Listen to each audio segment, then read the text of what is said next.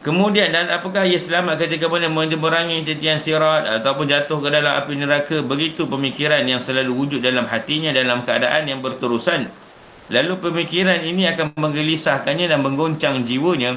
Maka kegelisahannya memikirkan keadaan ini seperti ini, yang seperti ini, dan pukulan yang datang bertubi-tubi dinamakan dengan tazkir, pemberi tazkirah dan peringatan. Maka kerana itu guru-guru kita selalu berpesan, bila mana kita nak berdakwah, dakwah ni ada banyak medium, melalui media sosial, ada orang buat konten dakwah, ada dakwah street, dakwah jumpa orang, ada dakwah melalui pengajian, ada dakwah melalui ceramah, ada dakwah melalui akhlak. Apa pun sahaja dakwah yang kita laksanakan, perlu kita ingat dakwah adalah untuk ajak orang kepada Allah dan mengingatkan mereka tentang perkara yang Imam Ghazali ni sebut. Ini sahaja dakwah. Bila dakwah bawa kepada kelompok, bila dakwah nak bawa kepada diri sendiri, bila dakwah nak bawa orang supaya memuliakan kita, itu tak dinamakan dakwah, dinamakan da'iyah. Da'iyah ni sesat lah, ajakan yang sesat. Sama dengan tazkirah. Kalau bercakap tak mengingatkan orang kepada Allah, tak mengingatkan pada amalan, tak merisaukan kita dengan kehidupan akhirat, tak dinamakan tazkirah ataupun ceramah. Itu dinamakan sembang-sembang. Jadi duduk masjid, sembang-sembang maghrib isyak, azan isyak, selesai. Jadi orang balik tak jadi apa-apa, tak rasa nak tambah amalan, tak rasa takut dengan akhirat, tak rasa memuliakan Allah, tak rasa cinta pada Nabi, balik kosong. Berarti ceramah kita ada masalah. Maka gitu, bila mana nak buat nasihat, bila mana nak memberikan kata-kata pada orang lain, ambil kata-kata nasihat yang terbaik daripada Al-Quran. Kan ada sebelum ni kita bahas kata Imam Ghazali, sebenarnya nasihat tu semua dah ada dalam Quran. Maka mulakan nasihat yang ada dalam Al-Quran, kemudian dalam hadis, kemudian daripada perkataan-perkataan ulama'-ulama' yang muktabar. Nanti nasihat yang datang daripada diri kita, petua, tips kita tu nanti. Itu selit sikit-sikit je. Utamakan fokus daripada nasihat-nasihat yang telah ada dalam Quran dan juga hadis. Dan memberitahu hal seperti ini kepada orang ramai, dan menunjukkan mereka untuk memikirkannya, dan menarik perhatian mereka ke atas kelemahan mereka, dan menyedarkan mereka terhadap keaiban yang ada pada diri mereka. Maka kepanasan aliran pemikiran itu dapat menyentuh hati mereka dan menggoncangkan daya mereka, lalu menyesali diri dan berusaha menyempurnakan segala kelemahan pada umur yang telah mereka lalui sekadar kemampuan yang ada pada mereka, dan mereka menyesali pada hari-hari yang telah berlalu yang tidak dapat diisi dengan kata-kata daripada Allah SWT. Maka pekerjaan seperti ini dengan cara kita ini dan dengan cara kita terangkan tadi dinamakan dengan nasihat. Begitu. Jadi bila mana dah dapat tazkirah kita tu, dapat menyedarkan orang sehingga mereka rasa nak insaf, sehingga mereka rasa menyesal, sehingga mereka rasa nak berubah, barulah kata-kata layak dipanggil sebagai nasihat. Adapun kalau dan nasihat ni ada berbagai jenis. Ada sebahagian ustaz-ustaz kita tengok cakap lembutnya, steady macam Habib Alim. Ada pula yang tegas macam Ustaz Azhar. Ada pula yang bengkek macam Ustaz Abdullah Khairi. Ada pula yang kelakar-kelakar sikit macam Ustaz Samsul Debat contohnya. Jadi ada berbagai jenis dakwah. Ada orang dia dapat peringatan melalui hiburan. Bila mana dia dengar tazkirah yang lawak-lawak, hati dia terkesan. Itu. Ada orang bila mana cakap sedih, cakap dengan hibur, baru dia masuk dalam. Kalau kelakar-kelakar dia tak nak masuk.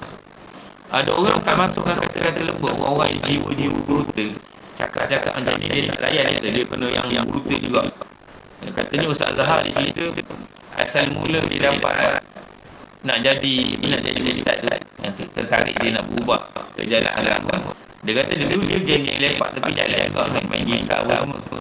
Dengar orang kacau kat masjid, itu budak-budak muda duduk kat luar atas semayang, duduk main gitar lepak tu, teruk beruk dia kata. Dia kata kena beruk tu dia rasa teruk sangat kata. Beruk pun ada jadual hidup, ini hidup tak ada jadual, duduk berleserai gitu. Jadi hari ini merubah dia menjadi seorang ustaz yang terkenal sampai hari ini. Tapi yang sebagai orang kutuk, kata Ustaz Zahar ngajar ni kata ngajar maki haram buat lawak tu. Benda ngajar itu kata tu bukan ngajar tu nak menghargai lawak begini. Ya, kadang-kadang dia tak kena dengan jiwa sebagian orang, tapi kena dengan jiwa sebagian orang yang lain. Maka dalam bab ni cerita kedua. Cerita jiwa kita suka dengar nasihat macam mana, itu cerita nombor 2. Cerita yang pertama, kita bila mana bertanggungjawab beri nasihat, tengok situasi. Ada orang memang jadi keras, nasihat kena keras sikit lah. Keras tu bukanlah maki hamun, tapi ni kata-kata tu kena kuat sikit. Ada orang memang jadi bergala macam budak-budak kecil, kita tak boleh nasihat. Ugut-ugut pun sebenarnya tak boleh. Katanya bila budak-budak ni bila nasihat dengan ugut, dia sebenarnya makin jauh, makin tak buat. Budak-budak ni kena nasihat dengan ujian, kena nasihat dengan ganjaran, kena nasihat dengan kelebihan baru mereka tertarik. Kalau nasihat siapa tak makan, nanti mak kau tak. Siapa makan ni nanti jadi kuat, jadi sihat. Budak-budak suka nasihat macam tu. Bukannya nak suruh makan, siapa tak makan, nanti mak kau tak makan budak tu. Dia nak ujian. Jadi nasihat berbeza. Dan bila mana orang terkesan dengan kita punya nasihat, baru namanya nasihat. Kalau tidak, ianya bukan nasihat. Kan tu kata Nabi, la yahdiyallahu bika rajulan wahidan khairun min an yakuna laka humrun ni'am.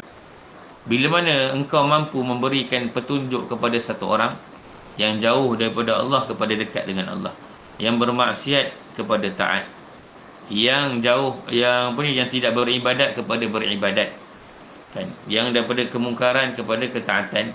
Kalau mampu buat orang begitu, maka itu lebih baik daripada mendapatkan unta merah. Unta merah ni apa panggil? Harta berharga lah maksudnya. Jadi itu lebih berharga daripada sekalian harta berharga yang ada dalam dunia, kerana kita telah menjadikan seorang hamba Allah yang jauh daripada Allah kembalikan kepada dia. Begitu. Maka ini dinamakan nasihat. Sama halnya dengan cara engkau memberitahu keadaan banjir yang sedang melanda rumah seseorang, sedangkan penghuni dan seluruh keluarganya masih berada dalam rumah itu. Maka engkau hanya mengatakan, bahaya, cepat keluar, lari daripada banjir. Apakah keadaan begitu, kamu masih perlu memberitahu penghuni rumah itu dengan bahasa-bahasa yang sulit, atau dengan kalimah-kalimah yang susah, ataupun dengan isyarat-isyarat yang sukar difahami? Sudah tentu engkau tidak mahu berbuat demikian. Sudah tentu engkau tidak mahu berbuat kemudian. Maka samalah halnya dengan seseorang yang beri nasihat, hendaklah ia menjauhi daripada bahasa-bahasa dan yang sulit-sulit, dan kalimah yang susah, dan isyarat yang sukar difahami. Jadi bila mana orang tu dah jauh, tak payah berfalsafah dah. Orang tu memang perlu diselamatkan, tarik je tu, jom kita pergi semayang. Tak payah nak madah pujangga pusing sana sini. Begitu. Jadi ada masa nasihat ni kena straight to the point. Nak ajak semayang, pegang tangan kawan kita, jom semayang, settle. Tak payahlah ini cerita sana sini. Mungkin ada orang begitu, ada orang kita perlu kias. Contohnya kita orang bawahan dan nasihat orang atasan, itu kena gunakan bahasa yang indah. Tapi untuk sesama kawan ataupun orang bawahan, anak, tak payah panjang sangat. Anak dia dua je, dia sama ada nasihat dengan mulut ataupun dengan tangan, cerita. Pergi semayang, jom semayang. Okey. Tak nak main game, belasah sekali, bagi sebat sekali atas belakang, semayanglah dia. Itu nasihat, tak payah panjang-panjang. Tak payah nak memadah punjangga dengan anak-anak. Mungkin sekali-sekali, tapi melalui setelah pendidikan 3 tahun. Dah 7 tahun ajar solat, 8 tahun ajar solat, 9 tahun ajar solat, 10 tahun ajar masih menolak, dah boleh rotan slow-slow. Kalau 13, 14 tahun tak solat lagi, itu tak payah nasihat dah. Itu bagi je terus. Begitu. Jadi ada masa memang nasihat terbaik adalah tangan. Ya dah ustaz, boleh gitu? Ya. Sebab Nabi SAW kan cerita kat sini ke cerita kat mana, tak ingat dah.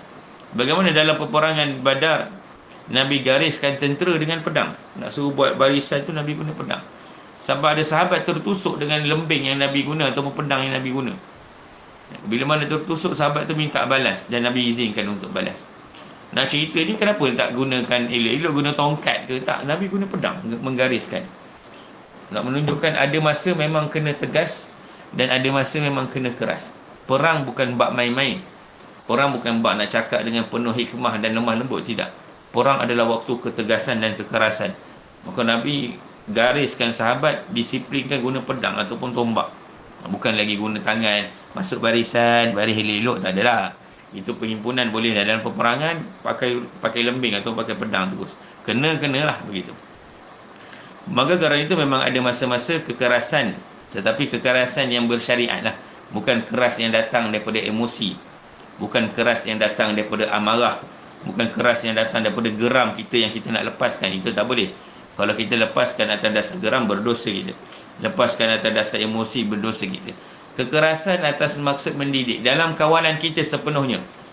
Bila mana murotan dalam kawalan kita sepenuhnya.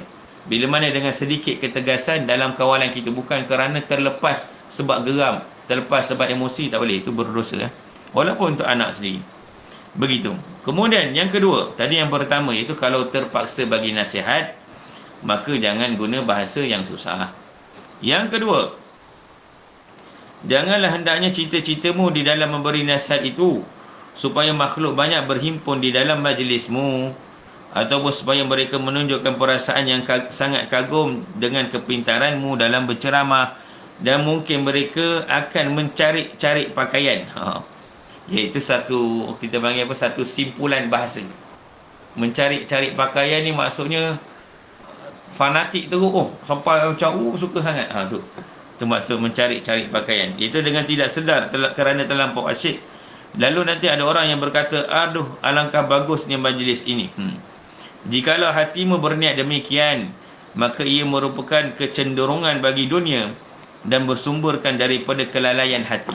Berarti kalau hati memberi nasihat mengharapkan supaya pendengar ramai, supaya like bertambah, supaya view bertambah, supaya orang puji, Masya Allah hebat, kagum dengan apa yang kita sampaikan, itu adalah ceramah yang datang daripada penceramah yang lalai.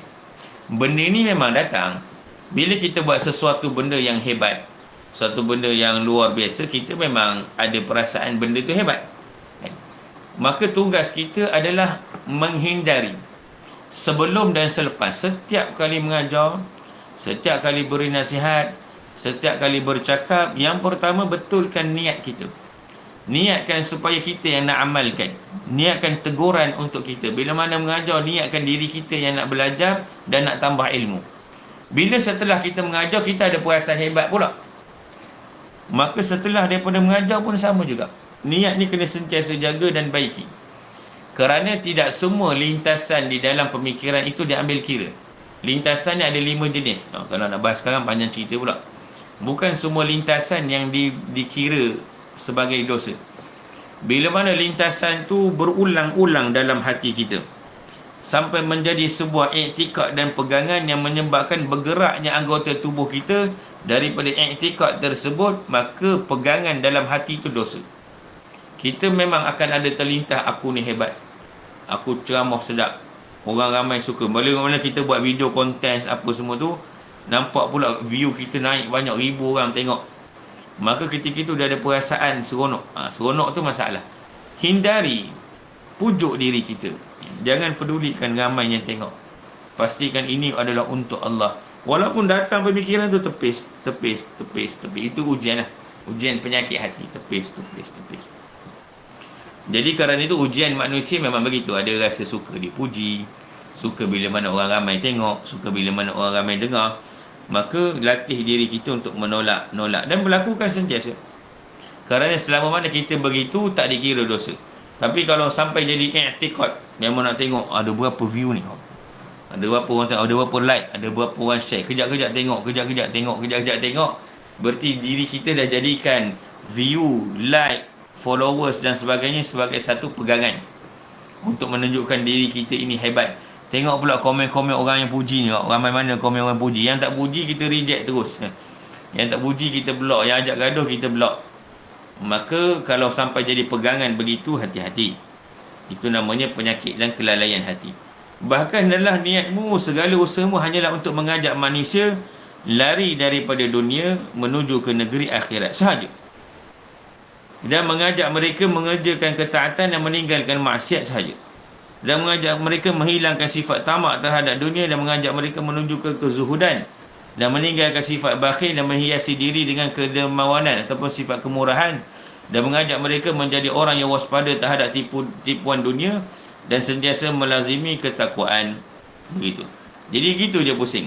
Sentiasa ingatkan diri, ingatkan juga terhadap orang lain. Begitu. Jadi kerana itu